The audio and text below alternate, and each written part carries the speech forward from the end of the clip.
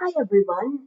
My name is Dr. Linda May, and the title of our first class in Psychology 101 is How to Get an A. We will be covering a lot today, but the main course is How to Get an A, our study plan. It's easy to get an A in this class if you follow our study plan. In fact, between 75 and 80% of my students last semester got A's and B's in this class. I earned my master's and PhD in social psychology from Purdue University with an additional emphasis in personality science. I am a teaching professor, meaning that I love teaching more than anything else in my job and designate most of it to teaching. Besides introductory psychology class, I teach many upper level classes and I specialize in special topic classes such as consumer psychology, sleep and dreaming, and psychology and Shakespeare with a study abroad component in England. And just for the record, this is not me making out on the lawn at Purdue. So this is a flipped class, which roughly means where you learn and where you do your homework is flipped. You will do most of your learning online over the week.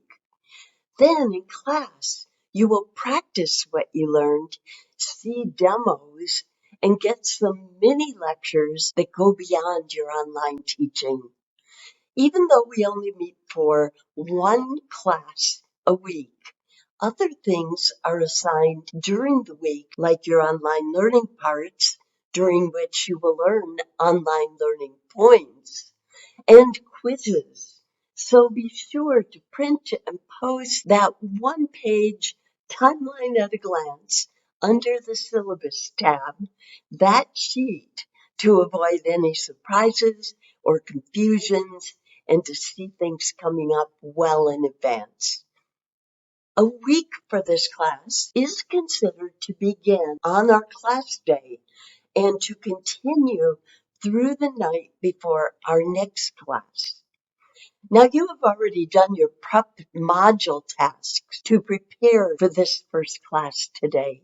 So week one module starts today, the day we first meet in person. When you finish our class today, you will go to that week one module and then complete that to-do list before our next class. Everything you need to do for each task is linked to it in the list. Just click on the links and do one item at a time, and do be sure to do them in order. You will also see their due dates there on the list. If you enrolled late and have not finished your prep tasks, you can still stay in this class as long as you catch up by completing both the module to-do lists, the prep task module, and week one module by the end of this week, by the end of week one. So, by our next class, right? Always do the modules to-do lists and all of the items in them in order, or they really won't make any sense. Never skip an item. Do one item at a time. As most of you have discovered, the weekly modules are locked until you complete your prep task module. Once you complete that module, all of your to-do lists appear, and you can scroll right down through the rest of the semester. Our form of communication for this class is our 24/7 virtual question booth. You can't miss this because you will see this each time you go to our class on our homepage. So here's our homepage, and see that 24/7 questions is circled in red on this slide. You're going to see it every time you come in. So do not email to your professor or TA's individual ASU emails or to our individual Canvas message accounts. We do not monitor those. We designate 24/7 questions as our form of class communication. So we are dedicated to monitoring that, not these other accounts. Now, if you send to one of these by mistake, don't worry, you will receive a courtesy redirecting email from our administrative assistant. She'll ask you to copy paste your question in 24/7 questions instead. So for a quicker response, just remember to go straight there to 24/7 questions on our homepage.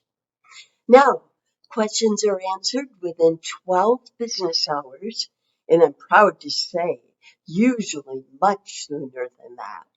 We also answer them once a day at a random time over weekends. Now, what if you miss a class for an unavoidable reason? It's not unusual for this to happen once to a student over a semester, right?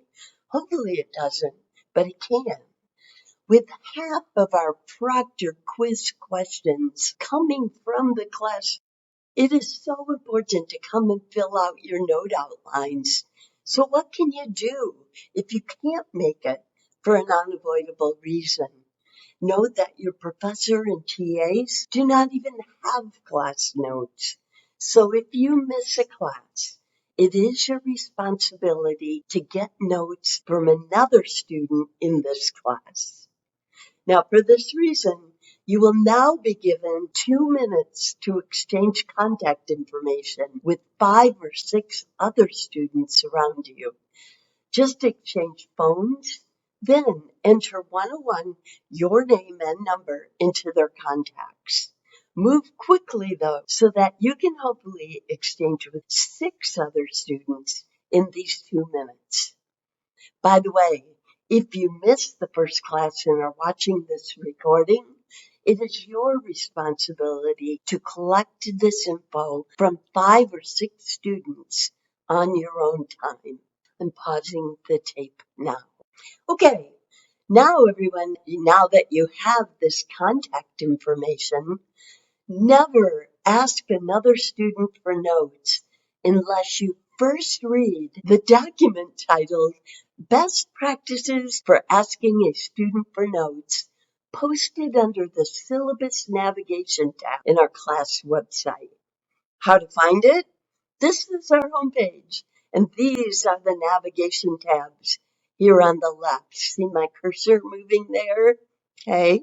Notice that syllabus is circled, and when you click on that, you will see this. I repeat now, never ask another student for notes unless you first read Best Practices for Asking a Student for Notes. It is circled here in red and posted right above your timeline at a glance sheet. You might wonder how successfully you are going to be able to get notes from a fellow student. This document contains the tricks, guys.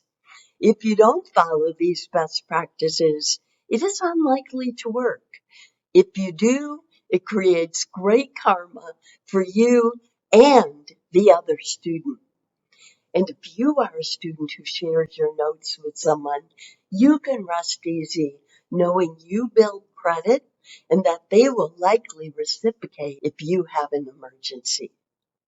In our next segment, we are going to take a brief class tour.